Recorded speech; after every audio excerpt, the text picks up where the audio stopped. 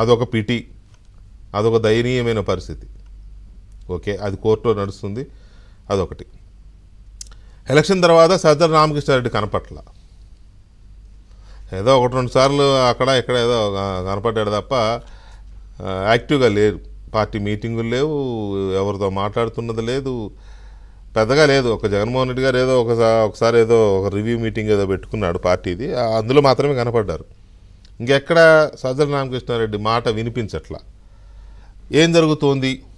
వెళ్ళిపోయేవాళ్ళు వెళ్ళిపోతున్నారు, వచ్చేవాళ్ళు లేరు కానీ వెళ్ళిపోతున్నారు. ఎంపీలు వెళ్ళిపోతున్నారు, ఎమ్మెల్యేలు ఆల్రెడీ వేరే వాళ్ళకి టచ్లో ఉన్నారు, నాయకులు వెళ్ళిపోతున్నారు. బీభత్సంగా ఉంది పరిస్థితి. కొన్ని నియోజకవర్గాలకు ఇప్పుడు ఇన్ఛార్జీలు లేరు. ఇది పార్టీ పరిస్థితి, వైఎస్ఆర్ కాంగ్రెస్ పార్టీ పరిస్థితి. ఈ సందర్భంలో అనూహ్యంగా ఇవాళ ఒక వార్త. జగన్మోహన్ రెడ్డి ఒక సలహాదారుని పెట్టుకున్నాడు, ఆళ్ల మోహన సాయిదత్.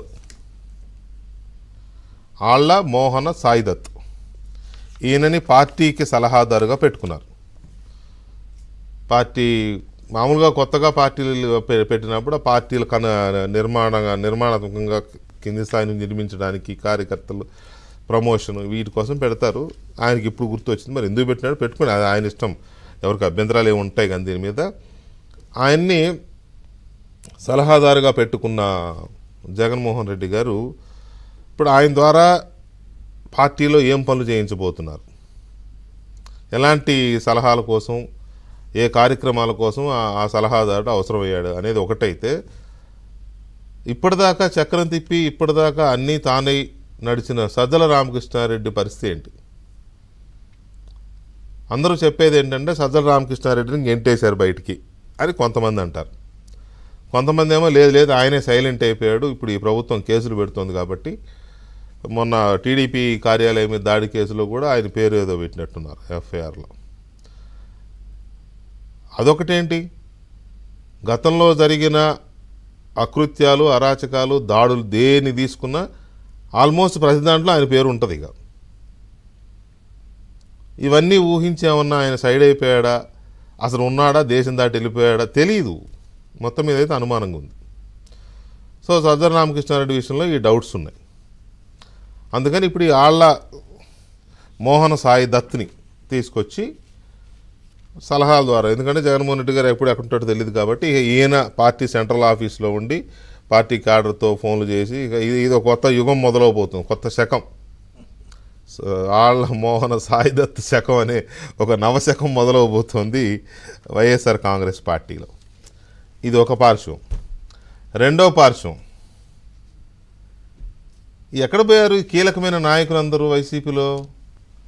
టీడీపీ మీద, ఆ కార్యాలయం మీద దాడులు చేసిన వాళ్ళు ఎక్కడ పోయారు, చేయించిన వాళ్ళు ఎక్కడ పోయారు, వాళ్ళు అసలు ఏ కలుగులో దాక్కున్నారు? వాళ్ళు స్వయంగా అప్పటి ప్రతిపక్ష నేత చంద్రబాబు నాయుడు ఇంటి మీద 100 మందిని వేసుకెళ్ళి దాడులు చేసిన వాళ్ళు కూడా దొరకట్లే ఇప్పుడున్న పోలీసులకి.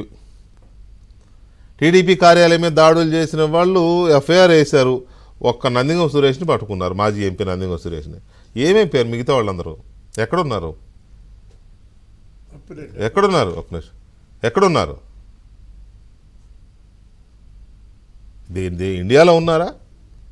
ఇండియా దాటి వెళ్ళిపోయారా? ఏం చేస్తోంది ఏపీ పోలీస్? గత ప్రభుత్వం, జగన్మోహన్ రెడ్డి ప్రభుత్వంలో పోలీసు ఇలాగే ఉండేనా? గిట్టని పత్తివాడిని వేసుకొచ్చారు, గోడలు దూకారు, అర్ధరాత్రి వెళ్ళారు. ఒక్క అయ్యన్న పాత్రుడిని తీసుకురావడానికి 1500 మంది పోలీసులు వెళ్ళారు. ఒక్క అయ్యన్న పాత్రుడిని, పెద్ద మనిషి ఇల్లు దాటి పోడు, ఇంట్లోనే ఉంటాడు. పోలీసులు ఫోన్ చేసి మిమ్మల్ని తీసుకెళ్ళడానికి మేము వస్తున్నాం ఉండండి అంటే ఆయన అక్కడే ఉంటాడు అట్లాంటి మనిషి. అలాంటి వాడిని తీసుకురావడానికి కూడా 1500 మంది వెళ్ళారు. మరి వీళ్ళు ఎక్కడ పోయారు?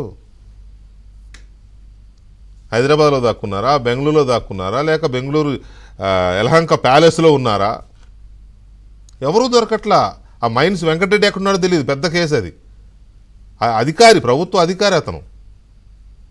Where is he? ఇప్పుడు ఈ జోగి రమేష్ కానీ, అవినాష్ కానీ, లేకపోతే అతను తలసిల రఘురామ్ కానీ, వీళ్ళందరూ చాలామంది ఉన్నారు. ఇట్లా లేళ్ల అప్పిరెడ్డి కానీ ఎక్కడ పోయారు వీళ్ళంతా? ఇది ఒక పార్శ్వం. ఇక మూడోది ఇంకొక గొప్ప యాంగిల్, ఐపీఎస్ లేరి కాదంబరి జత్వాని ఆ మహిళా కేసులో అది పెద్ద కేసు అయింది కదా, ఆమె వచ్చింది, కేసు పెట్టింది, వాంగ్మూలం కూడా ఇచ్చింది, 164 ఇచ్చింది కదా మేజిస్ట్రేట్ ముందు. ఏది ఐపీఎస్లు? పివి సునీల్ కుమార్, ఆయన అప్పటి విజిలెన్స్ చీఫ్ పిఎస్ఆర్ ఆంజనేయులు, ఇంకొక ఎస్పీ, కమిషనర్, విజయవాడ కమిషనర్, అప్పుడు కమిషనర్ ఉన్న ఆయన. ఏది వీళ్ళు ఎక్కడ పోయారు? ఉన్నారా? మరి ఉంటే ఎక్కడున్నారు? నాకు తెలిసిన ఇన్ఫర్మేషన్ అయితే వాళ్ళు డీజీపీ ఆఫీస్కి కూడా వచ్చి సంతకాలు పెట్టట్లేదంట, ప్రభుత్వం ఆర్డర్స్ ఇచ్చినా కూడా. సో ఇలాంటి సిచ్యువేషన్స్లో ఏం జరుగుతోంది? వైసీపీకి కొత్త సలహాదారు వచ్చి ఏం